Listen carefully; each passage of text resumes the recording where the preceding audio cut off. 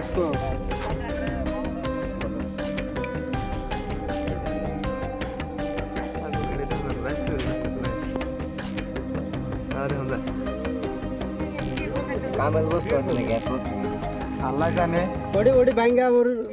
কি কম, আজি এক সপ্তাহ হৈ গ'ল আমাৰ দমকলটো পোতা, মিস্ত্ৰী আনি কিনে আমি পুতছো।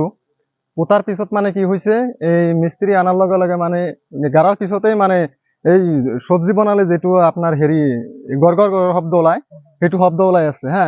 শব্দ ওলাৰ পিছত লগে লগে মিস্ত্ৰীক ক'লো যে এনেকুৱা এনেকুৱা কথা, এনেকুৱা এনেকুৱা কিয় কৰে।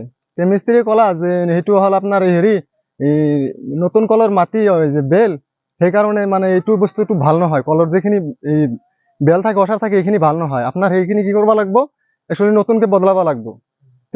মিস্ত্ৰী কথা মতে আমি ৩-৪ দিন এনেকুৱা পানী খালো। খাওয়াৰ পিছত তাৰপিছত আমি বজাৰৰ পৰা আনি কেনে আমি বেল আৰ অসাৰটো লগালো। লগাৰ খুলি কেনে মাটিটো আমি খুলছো।